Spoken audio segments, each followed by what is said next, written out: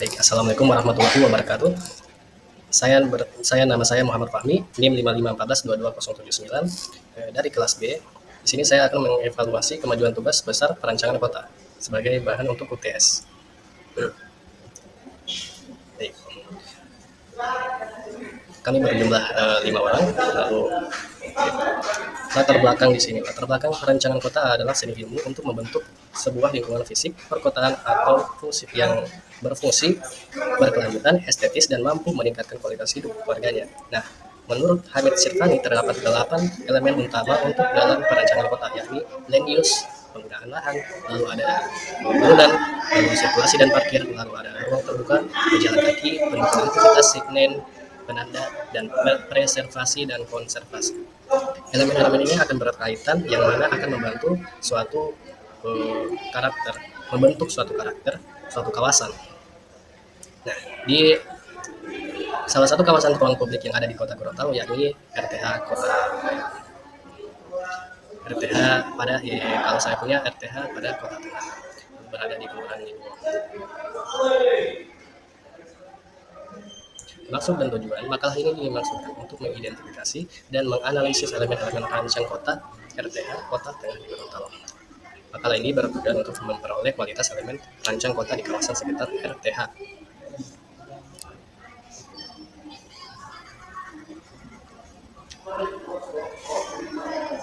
Nah, gambaran umum lokasi. Skip. Identifikasi elemen rancang kota. Berhubung ini adalah kerjaan kelompok, maka saya akan mempresentasikan apa yang sudah kami kerjakan dalam kelompok. Nah, pertama ada tata guna lahan.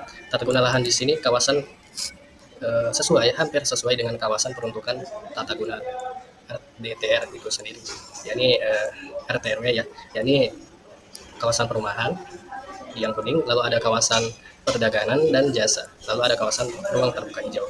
Nah, di sini akan tetapi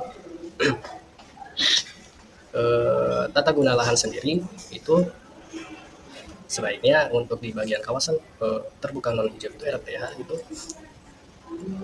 tidak terdapat yang namanya kantoran di belakangnya karena mengganggu daripada land use itu sendiri. Seperti itu. Nah, lalu ada bentuk massa bangunan. Ketinggian bangunan di sini memiliki ketinggian rendah sedang, yakni 1-2 lantai saja, dan seperti kita tahu di sana ada rumah-rumah kecil, rumah warga.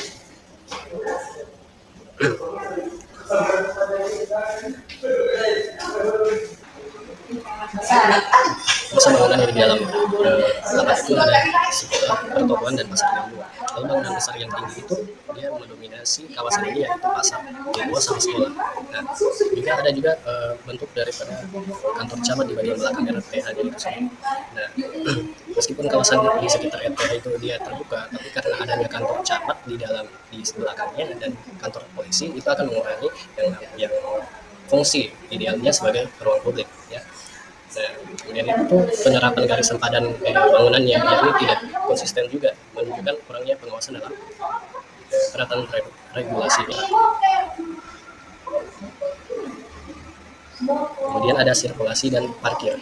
Nah, sirkulasi dan parkir, pola sirkulasi kawasan ini yakni linear tree, dan parkir kawasan terdapat RTH ya, dengan lebar 2 meter. Pola sirkulasi linear tree ini akan mempermudah di mana lalu lintas kendaraan dan pejalan kaki. Namun, sirkulasi di dalam bagian RTH itu sendiri itu tidak menunjang untuk pengunjung disabilitas, karena di sana belum ada tersedianya seperti pejalan kaki, pengguna kursi roda seperti itu, dan juga mungkin ya trotoarnya 2,5 kurang seperti itu. Nah, lalu ada ruang terbuka. Ruang terbuka di sini open space sudah baik, namun akan tetapi jika dilihat daripada kondisinya di sini kurang terawat, belum dicat ya, sebaiknya dicat. Lalu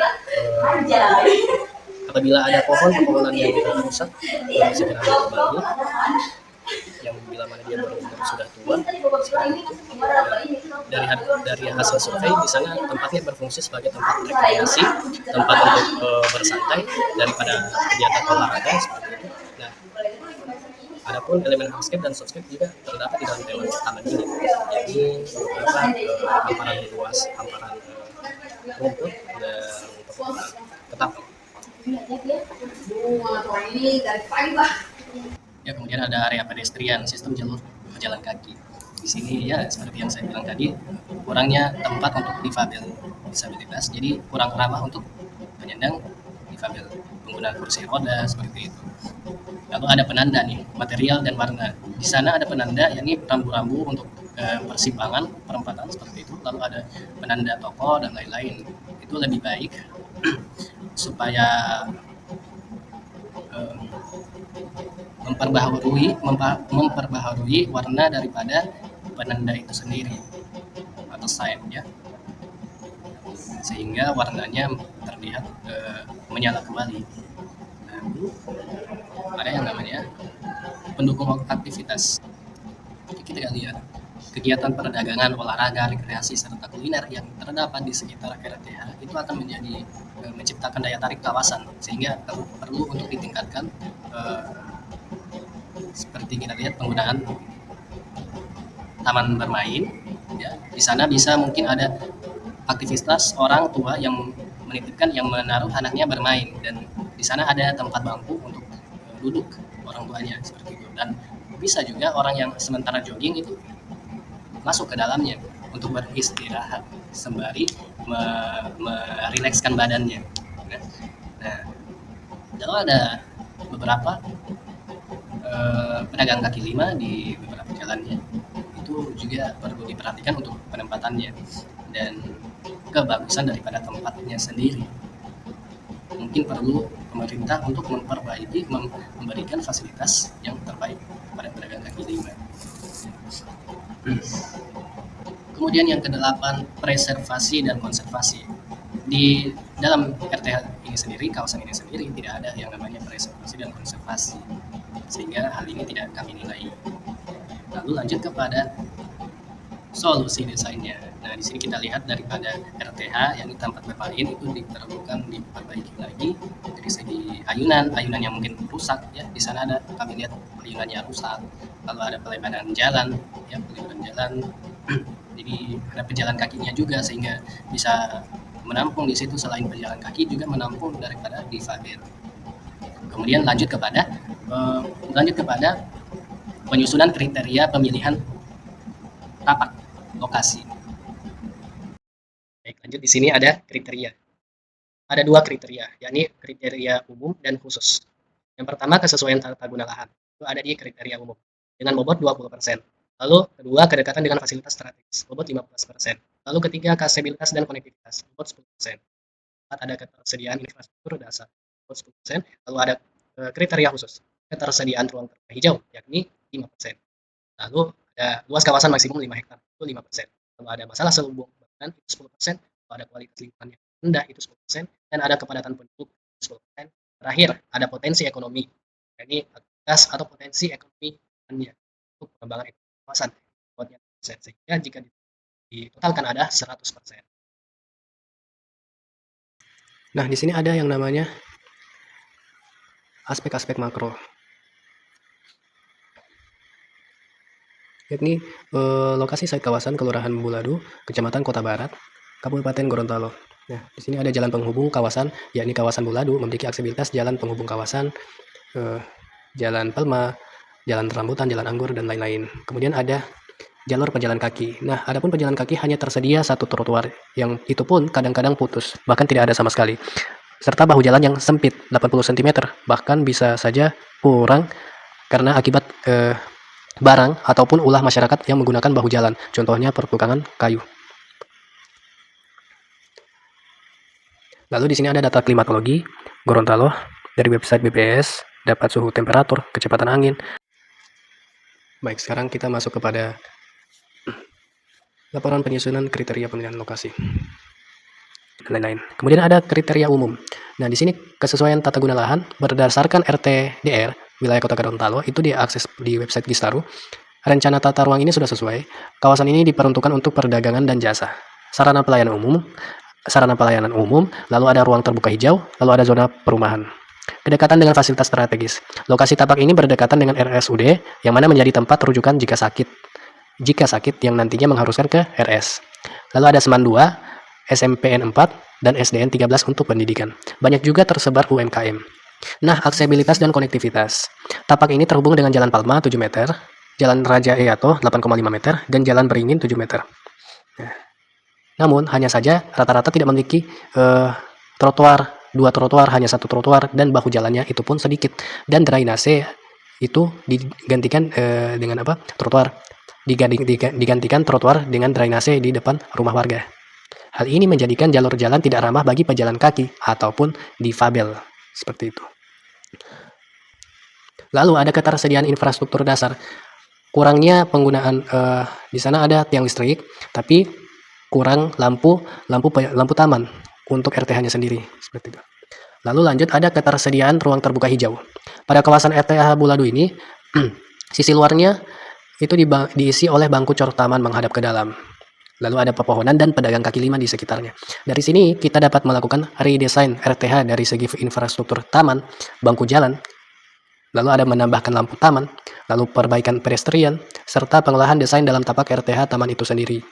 Hal ini berguna untuk meningkatkan kualitas lingkungan kota dan kualitas landscape kota. Nah, luas kawasan maksimum 5 hektar.